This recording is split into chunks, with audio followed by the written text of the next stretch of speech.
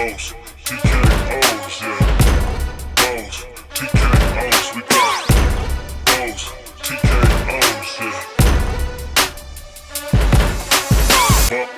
Bows, TKOs, we got bows, TKOs, yeah. Bows, TKOs. Bows and TKOs. We are live, episode 81, coming at you from the Valley on this beautiful Wednesday afternoon.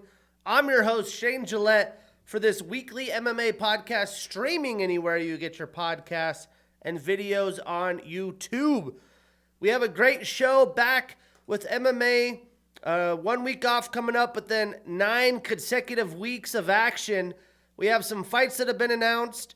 We have a little bit of PFL news, UFC Fight Night Vegas 101 recap, and then UFC 311 preview. I am hyped for a pay-per-view and excited for what's going down on Saturday. But before we jump in, I'm a little hurt. I'm rocking an Angels hat, not a Steelers hat, because they embarrassed me on primetime television. And got big brothered by the Ravens. The Ravens won exactly how the Steelers said we were going to win this year, which makes it even worse. Things happen. I'm okay with it. It is what it is. On to the next year. But all the best teams are pretty much in the tournament thus far. I wouldn't be surprised if we get an Eagles-Chiefs showdown, maybe a little Lions in there, maybe some Bills. I hope the Bills wallylop the Ravens this weekend. And I could care less about Ohio State and Notre Dame, two teams I have no fandom of whatsoever. But the end of football is coming. Hockey's heating up, NBA's heating up, college basketball and MLB around the corner. I'll be catching some spring training here in the desert. But let's jump in and talk MMA. We have a fight booked for February 22nd in Seattle. They're adding a bantamweight showdown, Ricky Simone and Javid Basharat. A ton of bantamweights on the card. That is a solid fight. We'll see how good Javid can do up against some of the stiffest competition in the division. Speaking of studs at lightweight classes, we have Asu Almabayev versus Steve Erceg March 1st. I am bummed that got booked. I really wanted to see Steve against somebody else. There was rumors floating around for a few weeks this would happen. It's official. I never say anything's official till Marcel on Twitter says it's official. So now it is official. But it is still a good scrap in the flyweight division. Last week I had previewed what I thought they should do with the top 10. I thought they should put Brandon Moreno and Steve Erceg together. But Asu a chance to jump to the top of the division. We have Alexander Hernandez versus Kurt Hollabaugh, March 15th. And then March 22nd, the London card, we have Leon Edwards, Jack Della Maddalena. Finally get to see him back since he injured himself about a year ago in Miami. We have Colin Lawgrain and Nathan Fletcher. Loner Kavanaugh and Felipe Dos Santos, two really good prospect fights, as well as Kai Herbert and Chris Padilla. And then in April 5th, we have Giga Chikadze versus David Onama. I am a little surprised Giga's taken that fight. I feel like he should be fighting better quality opponents, but a big opportunity for David Onama. And then Holly Holm had requested a release from the UFC. The UFC had granted that to her. There's rumors BKFC is trying to get her to fight. Maybe she wants to box, get a payday before she retires. And then there's been a buttload of PFL drama as Patricio Pitbull had been talking a lot of smack about the promotion and how they have really just thrown Bellator fighters to the wind. Bellator no longer exists, which excites me for the PFL opportunity. The good Bellator fighters they have, they all get to fight the best of the best in the PFL. But the PFL did release Patricio Pitbull and today announced that starting in April, they will be doing an 8-weight class tournament. So it looks like 8-fighter tournaments. I hope they have the best. They always have injury issues. But this would be completed in August. So you would have 3 fights in April, May, June, July, August. 3 fights in 5 months, which is a lot. But the PFL has been known to do that. So it'll really be interesting to see what fighters make of that. And we have that Global Fight League, the GFL's draft happening soon. So hopefully that happens and we could get into some more promotions because I am not a Risen or One Championship guy at all. But let's talk about what happened this last weekend. I was one fight away from a nice little payday, which would have made my Steelers loss oh so sweeter because I went 9-1 in my picks. I missed the main event. My girl Mackenzie Dern, I'm always pro Mackenzie Dern. I picked Amanda Ribas, and it bit me in the butt, although I am not surprised. So overall, I am 493 wins, 242 losses. I have doubled up those losses overall. And on the year, we're starting strong, boy. I'm 9-1. So to recap this card, the prelims were pretty loaded with prospects. So a lot of fighters that most people didn't know, probably. Some heavy favorites as well. But Contender Series alum Bruno Lopez got a nice underdog victory. But overall, I thought the prelims were pretty slow. The back half of the prelims really picked up quickly. And man, did Jacoby Smith look good. That was a great performance by him. But every fight in the main card was fantastic. This was a solid Apex show. I previewed it a 4 out of 10 to quality of fights and fighters, but the overall delivery of the card and performances gives it a 7 out of 10. So, some good fights that we did not break down. We had Fatima Klein with a second-round TKO over Victoria Dudakova. Women fighters I don't know much about. I usually don't pick, so I did not pick that fight. We had Jacoby Smith with a round 1 knockout over Preston Parsons. I picked Jacoby. And I also picked Marco Tullio in a round 1 TKO over Ihor Potieria. Very tough break for Ihor. And then Felipe Bunes with a round 1 submission via armbar over the very tall flyweight Jose Johnson. But let's kick it off with one prelim fight we previewed. We had Thiago Moises with a unanimous decision victory over Trey Ogden. And this fight played out about how I would expect. Round 1, surprisingly, was strictly a striking battle. I thought Thiago would try to get takedowns early and often. But in the striking exchanges, Moises clearly landed the more damaging and better shots. And I guess he just didn't feel the need to go for takedowns. But Trey definitely landed more volume in this fight.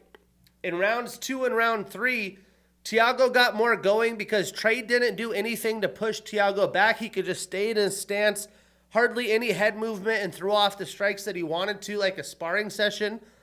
And he was winding up power shots. Although Trey probably had a slight volume advantage, he was scoring the more points in the rounds.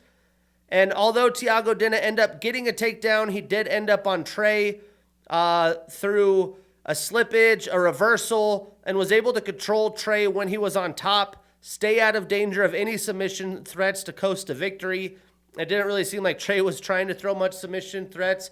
He just kind of accepted the top control or the bottom position. And the stats really don't tell the story of this fight, but Thiago is in total control besides maybe a closer round 1. But this is a massive win for him to get back on track against a solid Trey Ogden. Statistically, Thiago landed 75 total strikes, 55 of them significant. He had the reversal and 7 minutes and 30 seconds of control time. Trey landed 117 total, a lot of ticky-tack shots from the bottom, 59 significant with the takedown. So Thiago actually starts a new winning streak. He moves to 3-2 since 2023. And Trey ends his 2-fight winning streak and starts a new losing streak. He is 2-1 since 2023. So what's next? Well, I'd love to see Thiago and Matt Frivola. That would be a ton of fun. And for Trey, how about Jamie Malarkey?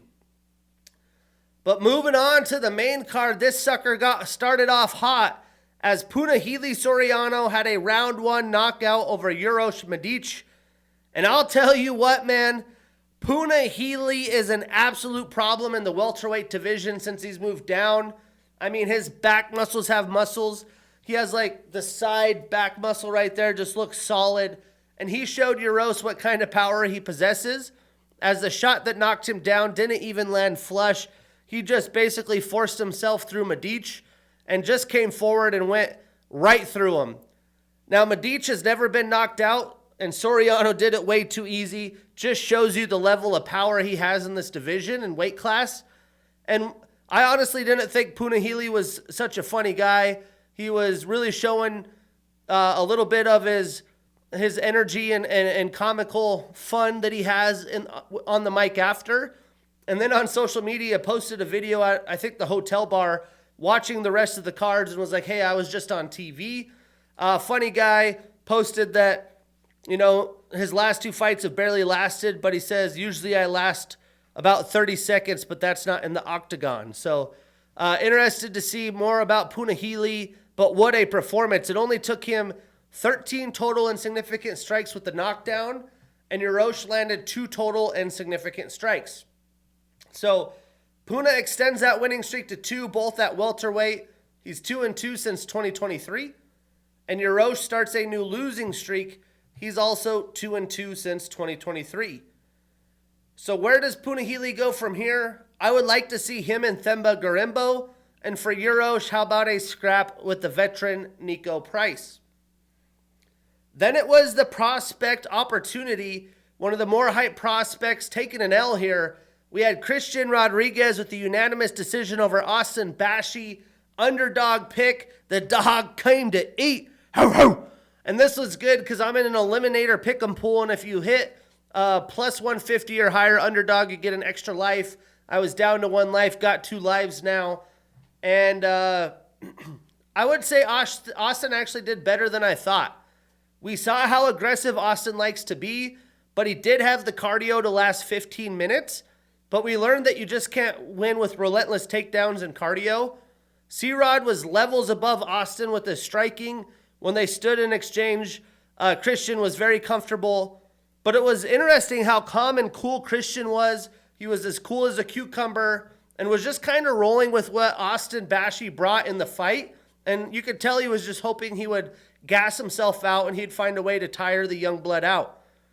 But Christian was flowing from position to position when it was grappling. He did really well reversing Austin when he did get takedowns and showcased his BJJ against one of the younger studs in the division. Austin did win round 2 with the takedown early in control time, so obviously he has high-class grappling, but C-Rod was more fresh when it came to round 3 and took the fight to the ground. Statistically, Christian landed 55 total strikes, 44 of them significant. He had 2 takedowns and 4 attempts, so if he wanted them, he got them. He also had 2 submission attempts, 2 reversals, and 3 minutes and 21 seconds of control time. He was constantly flowing and active. And Austin landed only 32 total strikes, 23 of them significant, so almost half the volume. And he only got 3 takedowns in 18 attempts. Again, the ability to even attempt 18 legit takedowns will take some damn cardio, but he only got 3 of them, so credit the defense by Christian. He came prepared, and Austin did have 5 minutes and 41 seconds of control time, which was mostly in the second round in which he had won. So, I mean, hey, props to the 23-year-old Austin Bashi. First loss in his UFC debut, post-contender series, but he won a round and went into a winner-take-all round 3 against a very good Christian Rodriguez. Now, Christian starts a new winning streak. He is 4-1 since 2023. All 4 of those wins against very, very young, high-touted prospects. And Austin starts a new losing streak. He's 0-1 in the UFC, losing his debut, but he is 5-1 since 2023. He actually declined a Contender Series invite the season before to go get more circuit fights and was dominating. So I do think Christian deserves a step up and not fighting a prospect. So how about Hakeem Dawodu? And for Austin, he could try to get back on track, right the ship against Zhang Yang Li. Moving on, we had fight of the night. Roman Kopylov with a round 3 TKO over Chris Curtis. 50 G's for Roman Kopylov. And as expected, I did think this had fight of the night written all over it. And this was well earned, man. Round 1, Roman was a force. He came out flowing with his kickboxing and combinations and clearly was the quicker striker. So he used his speed to his advantage and out-kickboxed the shit out of Chris. But Chris, man, he's a dog. Chris typically does that used his fighting experience to his advantage here and was able to time Roman's combinations and started letting his hands fly and really had beautiful, crisp boxing combinations. And it seemed to tire Roman out based on that output he put in round 1. And by the end of round 2, Chris had Roman cut up pretty bad on the eye, a little bit bloodied up. So it was 1-1 going into round 3. And it seemed like the tables had turned. I think Roman was even like a plus 200 live odds dog going into round 3. But round 3, Roman was landing a bunch of big kicks, and all the low calf kicks that he had fired off on Chris were starting to pay dividends and adding up, as Chris was clearly bothered and couldn't throw the boxing punches he wanted to. And it seemed like, this was going to be a very tough round to judge until Roman landed a beautiful 1-2 combination right down the pipe. It put Chris down. Clearly he was rocked. It was only a second left in the fight, and the ref called it. You hate to see a stoppage like that. He wasn't even out. Roman wasn't closing the distance. I do think he would have lost the fight in a close decision and that close round 3 anyways, but you hate to see that, and Chris was obviously pretty angered. Roman tried to come in and cool him down, say something. He was like trying to punch him. It was a whole scene in the octagon. But statistically, Chris landed 146 total strikes, 142 of them significant, and Roman landed 133 total, 130 of them significant with a takedown in 6 attempts. He also had that knockdown in 49 seconds of control time. So Roman extends that winning streak to 2. He is 5-1 since 2023. And Chris extends his losing streak to 2. He's 1-3-1 since 2023. So what's next? Well, let's give us fans an absolute banger. Give me Roman Kopylov and Michel Pereira. And for Chris, how about the up-and-coming Bo Nickel? I know he would be game. Moving on, we had Cesar Almeida with a round 1 knockout over Abdul Razak Al Hassan. 50 G's performance of the night for Cesar Almeida. And boy, did Abdul come in hot, man. He was slugging away with the vicious power that he possesses, and he did land some big shots. He had Cesar rocked pretty early in the fight, but Almeida had his back up against the cage, was kind of calm, cool, and collected, rolling with the punches as best as he could. And when there was an opening, because Abdul was swinging for the fences, seeing red, trying to get a finish, landed a beautiful counter right hook that absolutely put Abdul's lights out immediately and got the finish. Abdul was down on the octagon for quite some time, a scary sight, but he was able to get up and be okay. Statistically, Cesar landed 21 total strikes, 20 of them significant with the knockdown, and Abdul landed 19 total strikes, 17 of them significant. He was 0 for 2 in takedowns, had a knockdown in 1 minute and 31 seconds of control time. So Cesar extends his winning streak to 2. He's 4-1 in the UFC. Abdul extends his losing streak to 2. He's 1-2-1 since 2023. So what's next? Well, I do think Cesar can fight with Jacob Malkoun, who just pulled out of his bout due to injury. So hopefully timelines align. And I do think after that vicious knockout that had Abdul down for quite some time, that at about 40 years old, he will probably call it retirement. That's my guess anyways. Then in the co-main, we had a veteran showdown. Santiago Ponzinibbio with a round 3 TKO over Carlston Harris. And I was sweating this one with a live parlay. But this was just a veteran dogfight. Both men stood and traded shots. Carlston, being the longer striker, definitely was having success striking from distance and landing volume. And Santiago really couldn't land back because of the distance. And even Carlston had knocked Ponzinibbio down. But throughout the fight, as Ponzinibbio closed distance, he ate some shots but gave some nice straight shots back to Carlston. Carlston definitely was well ahead in the scorecards going into round 3. But by round 3, he was tired out. Santiago had poured it on him, and he was able to land a big shot and big combos that had Carlston rocked, and he was kind of sleepwalking up against the cage. I do think, though, it was a standing TKO, that it was an early stoppage. Carlston was still alive, but Santiago was giving every bit of energy he had to get the finish. So if it didn't get finished, there was still more than a minute of time. I think he might have got that finish anyways. But if Harris was able to survive round 3, he would have won rounds 1 and 2. So again, a brutal early stoppage. Statistically, Santiago landed 76 total insignificant strikes with a knockdown. Carlston landed 78 total, 73 significant. He was 0 for 5 in takedown attempts with that knockdown. So pretty even numbers-wise, although Santiago landed majority of those in the third. So Santiago ends his 2-fight winning streak. He starts a new, ends his 2-fight losing streak, starts a new winning streak. He's 1 and 2 since 2023. And Carlson extends his losing streak to 2. He is 2 and 2 since 2023. I would like to see Santiago and Elizao Zaleski, while Carlson can fight Li Jingliang. Then for the main event, we had Mackenzie Dern with a round 3 submission via armbar over Amanda Ribas. Performance of the night, 50 G's for Mackenzie. And honestly, what a showcase by Dern. She showed off her improvements, what she's been working on. She beautifully timed a takedown in round 1 and was able to get reversals to end up in mount or on top in rounds 2 and 3 because Amanda has good judo. She was able to get some hip tosses, some head and arms. But when it came to striking, she started really well in round 1. I would say Amanda had the volume advantage, but she wasn't landing as hard. But Dern was obviously the more powerful striker, and she really has seemed to improve her technicality with her striking. So her and Perillo have been at work. And Amanda really could never get anything going besides the tosses. But again, when she ended up getting takedowns, Mackenzie scrambled to top, reversed her when doing that.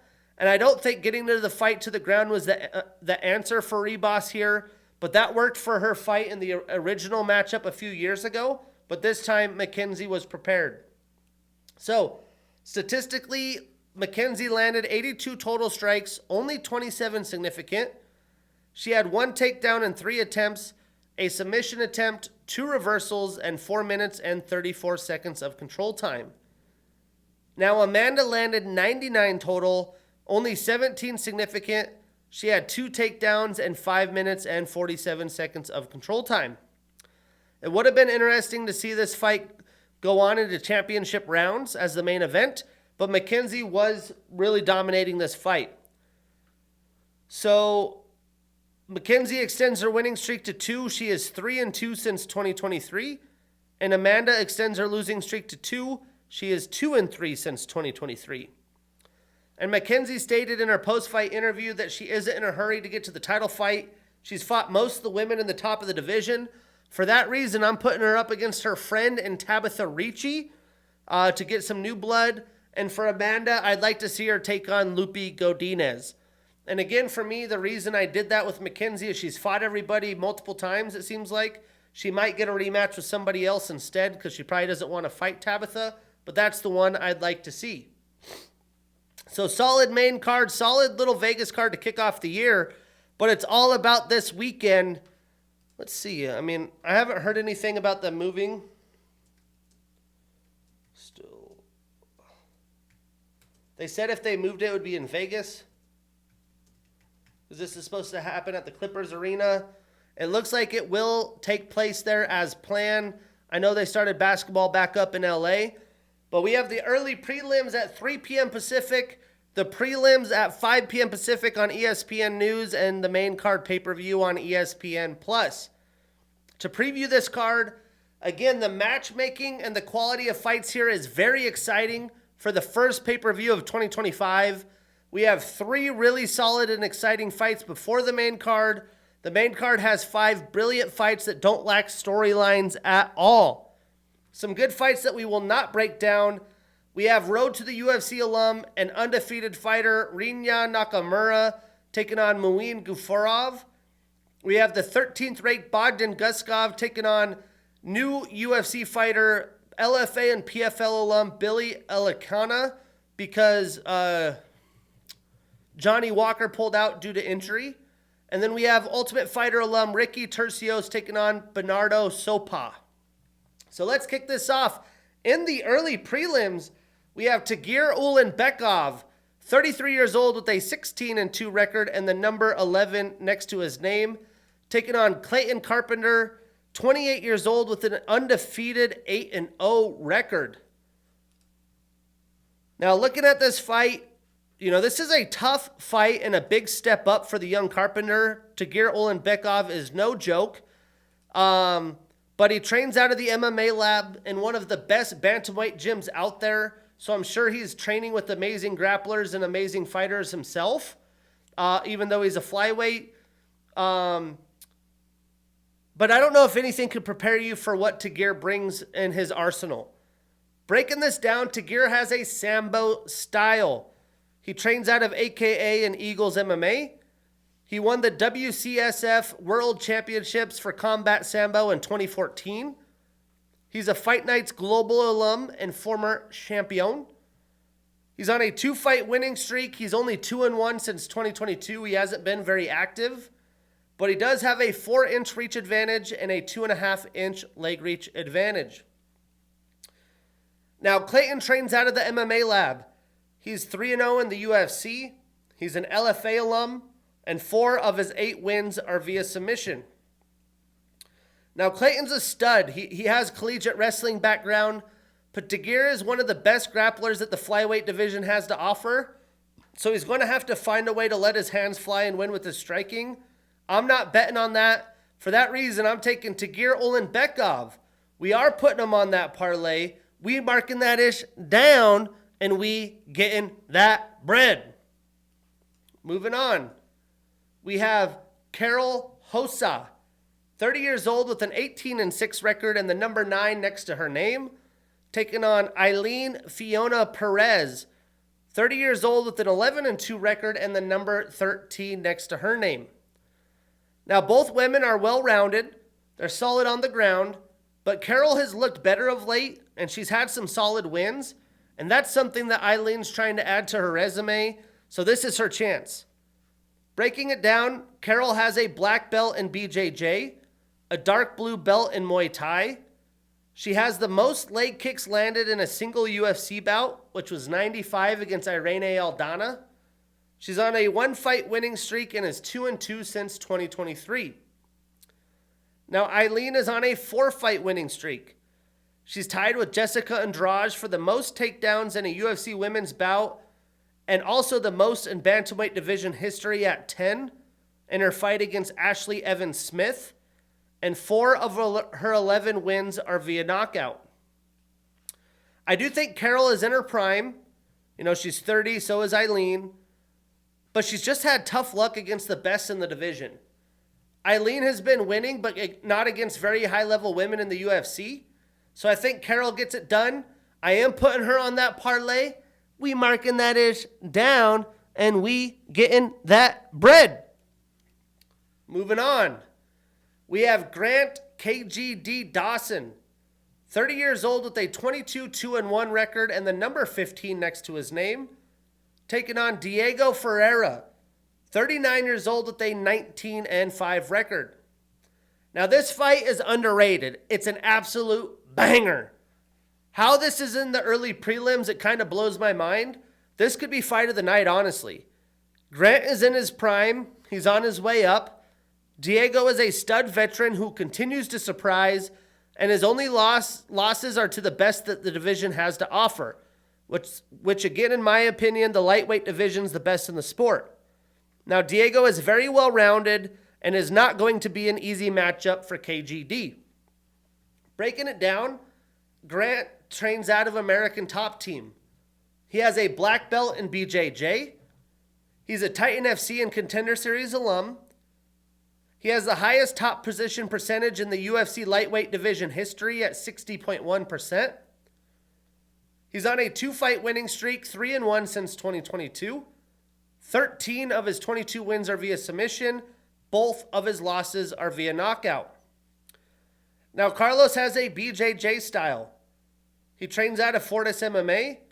He has a 3rd-degree black belt in BJJ. He's a Legacy FC alum. He's on a 2-fight winning streak, 2-3 since 2021. 7 of his 19 wins are via submission, 5 via knockout. So 12 of his 19 wins are via finish. Now, typically, Diego's the most aggressive fighter. I do think that he's going to be aggressive and try to put a pace on Grant. Grant is going to try to be more measured and find his openings. I do think he's going to have to take a chance to counter, and he is very durable. So if Grant could avoid the big shots and not get finished like he did against Bobby Green, I think he will win the war of attrition because of his age at 30 versus 39. For that reason, I'm taking Grant Dawson, but I'm avoiding this on any parlays where possible. I do see a good opportunity that Diego finds a way.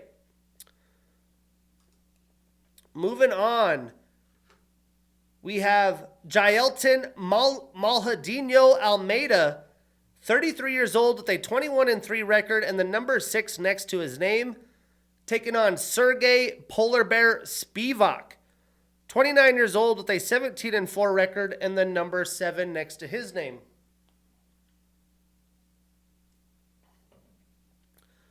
Now here we get a chance to see two smothering heavyweights who rely a lot on their grappling. Jailton is usually the smaller heavyweight, but because of that, he is more athletic and is usually the quicker fighter. Breaking this down, Jailton is an orthodox fighter. He has a black belt in BJJ. He's a Jungle Fight and Contender Series alum. He's on a one-fight winning streak and is 4-1 since 2023.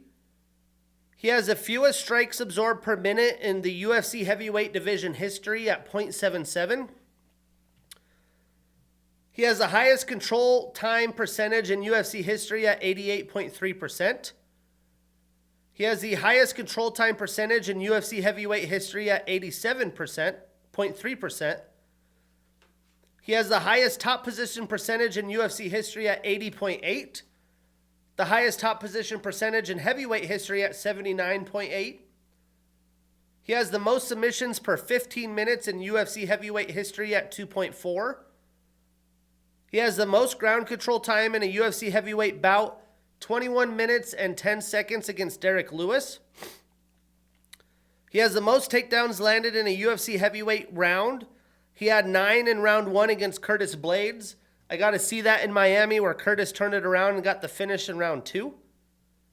13 of his 21 wins are via submission, and 2 of his 3 losses are via knockout. Now, Sergey is an orthodox fighter. He's an Eagles Fighting alum. He's on a one-fight winning streak and is 4-1 since 2022. 8 of his 17 wins are via submission, 7 via knockout, so 15 of his 17 wins come via finish, and 3 of his 4 losses are via knockout. Now, Sergey has really improved, but where he shines, Jailton is even better. This should be a fun chess match, but I do believe Almeida finds a way to get the job done. For that reason, I am putting Jailton on that parlay. We marking that ish down, and we getting that bread. Moving on. We have Peyton Talbot, 26 years old with an undefeated 9-0 record, taking on Yoni Barcelos, 37 years old with an 18-5 record. Now this fight is about a young stud prospect taking on a skilled veteran who's very tough and well-rounded. And Peyton is coming off 2 knockout finishes, but he is also a really good wrestler. Yoni has really good BJJ that could definitely come into play here. And he is very creative with his striking, so it'll be fun to see how Peyton measures up. Breaking this down, Peyton is an A1 alum and former champion with 2 successful title defenses. He's also a Contender Series alum. He's on a 9-fight winning streak, 4-0 in the UFC. 7 of his 9 wins are via knockout. His last 2 fights have been performance of the night. He's showing up, he's showing out. And he does have a 2.5-inch reach advantage. Now, Yoni has a wrestling and BJJ style. He has a black belt in BJJ. He's an RFA alum and former champion with 2 successful title defenses. He's a 5-time Brazilian wrestling champion. And he's also an IBJJF champion in 2002, 3, and 6. He's on a 1-fight winning streak. He's 2-3 since 2022. And 8 of his 18 wins are via knockout. Now, Yoni is definitely going to be the best test thus far for the young Talbot, but I think he's going to be the more powerful striker. He's going to have fun mixing things up as well, because Barcelo is going to keep him guessing, so it's going to be a wild fight that I doubt goes to the scorecards. I'm taking the undefeated and young Peyton Talbot, but I'm avoiding this on any parlays where possible. And that sets us up for the main card. We have Kevin Trailblazer Holland, 32 years old with a 26-12 record, taking on Rainier de Ritter, 34 years old with an 18-2 record. Now, this is the next fight I wanted for RDR. It's going to be a fun one. Your Matchmaker Monday was all over it. Rainier did really well over the course of 15 minutes against Gerald Mearshart, and it's going to be a handful for Kevin Holland. Both men have solid but not great striking, but I do think Rainier is going to look for takedowns. So if Holland can avoid them, I do think he finds a way. And you never know how serious Kevin's taking these fights. Now, Kevin has a second-degree black belt in Kung Fu and a black belt in BJJ. He's a Legacy FC, King of the Cage, LFA, Bellator, and Contender Series alum. He's on a one-fight losing streak. He's 3-3 since 2023, both at middleweight and welterweight. And, of course, this is a middleweight bout. 14 of his 26 wins are via knockout, 8 via submission, so 22 of 26 via finish. He's tied with Roger Huerta and Neil Magny for most wins in a calendar year in UFC history with 5. He has the most wins in a calendar year in UFC middleweight history. He has the most bouts in a 12-month period in UFC history at 7. He was the 2020 Breakthrough Fighter of the Year, and he's rocking a 3-inch reach advantage. Now, Rainier has a black belt in Judo and a black belt in BJJ. He's a former One Championship alum and champion with 2 successful title defenses at middleweight and 1 at light heavyweight. He's the 2020 Submission of the Year against Ong Lan Song at 1. He's the 3rd double champ in ONE history. He's on a 2-fight winning streak, 1-0 in the UFC. 12 of his 18 wins are via submission, and both of his losses are via knockout. Now, Kevin, I do think fights better down in the welterweight division, and Rainier is a big middleweight as he has fought at light heavyweight. But Kevin's in desperate need of a win here, so I'm interested to see how he shows up. This is also UFC versus other promotions, so I do feel like there's a little bit more things for Kevin to fight for. But I do think Kevin's going to be able to get his striking going in this fight, so hopefully he's been focused and put together a good game plan and strategy and taking it seriously now that Rainier is in the UFC. You know, he really has to prove himself to have a long career. He has to take full advantage while he's still in his prime at 35 years old, or 34 years old. I am taking Kevin Holland, but I'm avoiding this on any parlays. This is going to be a dogfight.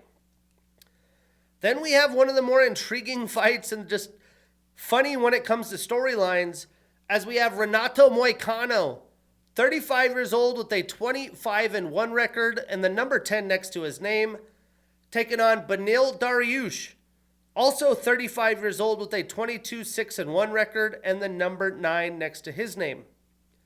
Now, this fight really showcases how much different your career trajectory can be in the pros. Although both men are at the same age, Beneil has been atop of the rankings in the UFC and fighting the best in the world and the best in the lightweight division for almost 10 years in the UFC. Renato has moved up since he's been in the UFC. He did struggle against some stiff competition a few years back, but he's really now the best version of himself, and he's getting a chance to crack the top of the division to try to get set up for a title run, and he is the best version of himself today. Dariush looks a lot older and seems to be kind of weathered away and closer to retirement as a family man. So although they're both 35, both on completely different trajectories here. Breaking it down, Renato trains out of American Top Team. He has a black belt in BJJ and Muay Thai. He's a Jungle Fight alum and former champion. He was the 2024 comeback. He had the 2024 comeback of the year against Jalen Turner. He's on a 4-fight winning streak, 5-1 since 2022. 10 of his 20 wins are via submission, and 3 of his 5 losses are via knockout. There's a lot of similarities here. As Beneil has a BJJ style, he also has black belts in BJJ and Muay Thai. He trains out of King's MMA. He won gold in the 2008 and 2009 Worlds for no-gi and the Jiu-Jitsu Championships. He's on a 2-fight losing streak. He's 1-2 since 2022, so he hasn't been as active as Renato. 8 of his 22 wins are via submission, 5 via knockout, so 13 of his 22 wins via finish, and 5 of his 6 losses are via knockout. So both men, great on the ground, have been susceptible to knockouts. Now, personally, I love Beneil Dariush. He's so underrated, but I like what I've seen from Renato's striking and just the fire in him a lot more than what I've seen from Beneil. And I've been not picking Renato lately, and he's put his fist in my mouth. But Beneil is just so chill. He doesn't seem to have a lot of urgency or care to fight much anymore. He's climbed the hill. He's already fallen short. And it just seems like he's accepting with what comes. Not saying he's not taking this fight seriously, but Beneil is also coming off 2 first-round knockouts against grappling heavy fighters, so I'm worried about his chin. Renato also is full of momentum, coming off wins against studs like Benoit Saint-Denis. I think he's going to outstrike Beneil and find a way to get a finish without having to get a submission. For that reason, I'm taking Renato Moicano. I'm taking the risk. I am putting him on that parlay. We marking that ish down, and we getting that bread. And for all this card, they've been favorites that I'm picking.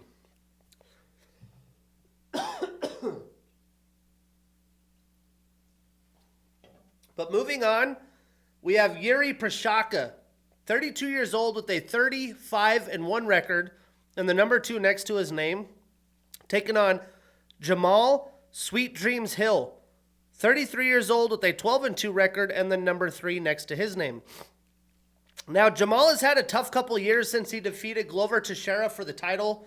It was a vacant light heavyweight championship, and I don't think he's going to be able to fight the best of the division, as his wins were against lower competition or aging fighters. Now, Yuri is going to have some real fire after a brutal loss to Alex Pereira in his rematch, so it's going to be interesting to see if he changes his game, because he's talked about it a lot in like the Ariel Helwani show and others. But Yuri usually comes in with an only offensive approach, not much defense. So it'll be interesting to see if he sticks to that, because he could definitely get caught by the power of Hill, who has some serious knock you the fuck out power. Breaking this down, Yuri has a Muay Thai style. He has a black belt in Kaioshin. He's a Risen alum and former champion with 1 successful title defense. He's a former light heavyweight champion. 4 of his last 6 UFC fights have been fight of the night or performance of the night. He's showing up. He's showing out. He's the first Czech champion in UFC history. He had the 2022 Fight of the Year against Glover Teixeira. He's on a 1-fight losing streak. He's 2-2 since 2022. 26 of his 30 wins are via knockout, and 4 of his 5 losses are also via knockout. So to knock out or be knocked out. Now, Jamal has a brown belt in BJJ. He's a former light heavyweight champion. He's the first Dana White Contender Series alum to become undisputed UFC champion. 4 of his last 5 fights have been fight of the night or performance of the night. He's showing up. He's showing out. He has the most significant strikes landed in a UFC light heavyweight bout, 232 against Glover Teixeira. He has the most distant strikes landed in a UFC light heavyweight bout, 188. And he has the most significant head strikes landed in a UFC light heavyweight bout, 180. He's a Contender Series alum. He's on a 1-fight losing streak. He's 3-1 since 2022. 7 of his 12 wins are via knockout, and both of his losses are via knockout. So to knock out or be knocked out. Now, both men die on their swords. They obviously have serious knockout power. Yuri is going to look for his openings, But Jamal is a hothead and has hate for Yuri. I do think he's going to look to get a finish, but as long as he's calm and collected and doesn't try to get the knockout too much, this should be a fun kickboxing showdown. If Jamal wants to take the path of least resistance, it would be to try and take Yuri down, but I don't think he does that, and I think Yuri outlasts him in a slugfest. This fight should be a ton of fun, but I'm taking the underdog. I'm taking Yuri Prochazka. The dogs are coming to eat. Hoo, hoo. I am not putting this on a parlay, though. Someone could get knocked out in 10 seconds. But then we have the co-main and main events with two belts on the line, two anticipated fights where we have two Dagestanis and part of Khabib's Eagles camp taking on fighters who are also from near country right across the mountains. But we start in the bantamweight division. We have Umar Nurmagomedov, 29 years old with an undefeated 18-0 record and the number 2 next to his name, taking on Merab the Machine Dvalishvili, 34 years old with an 18-4 record. Now, to be honest, Merab has not received the love he deserves. He's the hardest working man in the sport. He's been the underdog and is doing something that would be just yelled from the mountaintops and probably celebrated like 20 times more if he were a star. Because he is on an 11-fight winning streak. He's faced every type of fighter there is, including 4 former UFC champions. Now, Umar is on the other hand, is kind of getting a chance to leapfrog the division because of his name. He's only fought one top-ranked fighter in the division, and now he's getting a title fight. Breaking it down, Umar has a Sambo style. He trains out of AKA and Eagles MMA. He's an international master of sport and combat Sambo. He was the 2015 World Combat Sambo champion. He had the highest top position percentage in UFC bantamweight division history at 42.4%. He also has the highest significant strike accuracy percentage in UFC bantamweight division history at 63.1%. He's the former Eagle Fighting Champion alum with 3 successful title defenses. He's also a Fight Nights Global and PFL alum. He's undefeated on an 18-fight winning streak, 6-0 in the UFC, and 7 of his 18 wins are via submission. Now, Merab trains out of Syndicate MMA and Sarah Longo Fight Team. He has a black belt in Judo, a purple belt in BJJ. He's the first Georgian-born champion in UFC history. He has the most unanimous decision wins in UFC bantamweight division history at 9. That's why he doesn't get as much love. He's also tied with Rafael Asuncao for most decision wins in UFC bantamweight division history at 9. He has the longest win streak in UFC bantamweight division history at 10. The most takedowns landed in a UFC bantamweight division history, 72. He has the most takedowns attempted in a bout in UFC history at 49, which was against Petr Yan, which is insane, 49 in a fight. He has the most total strikes landed in a UFC bantamweight division history at 1,950. He has the most control time in UFC bantamweight division history, 1 hour, 14 minutes, and 5 seconds. He's a Ring of Combat alum and former champion with 1 successful title defense. He's on an 11-fight winning streak and is 11-2 in the UFC. Now, with all the background that we've gone over, I do think Umar is the more technical fighter and maybe even the better technical wrestler. What Merab does isn't technical. It's not how you coach it, but he is a force. In a fight, technicality can go out the window when a guy comes at you and goes as hard as Merab.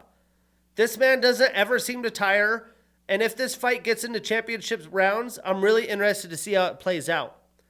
On this week's Embedded, Merab's coach had talked about doing 12 rounds of sparring, and he still wasn't tired. Umar has only fought 5 rounds once, and that was in his last fight. Although he was victorious against Corey Sandhagen and looked good, it will be seen if he could keep the pace up against Merab. Now, Umar is a lot more appealing when it comes to the eye test, so it will be really interesting to see how this plays out.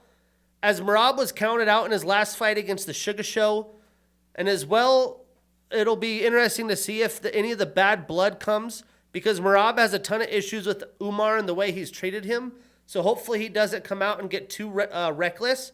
But I am taking the undefeated Umar Nurmagomedov, and I am not putting him on any parlays where possible. Then we have the much anticipated lightweight championship.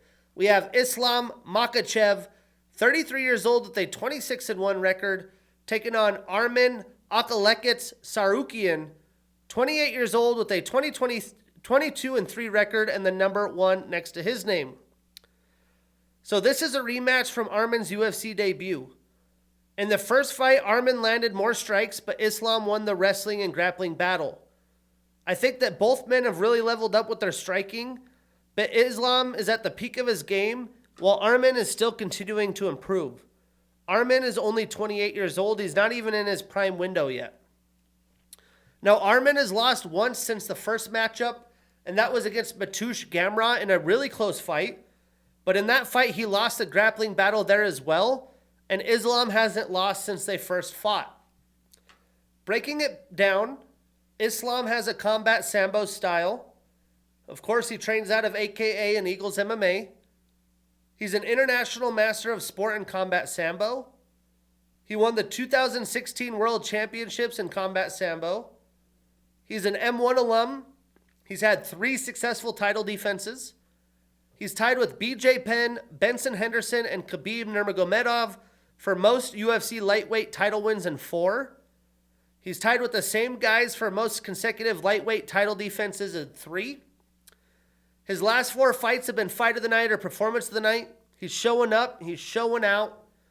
He has the longest win streak in UFC lightweight division history at 13. He has the highest significant strike accuracy in UFC lightweight division history at 60.3%. He's the pound-for-pound number 1 fighter in the world.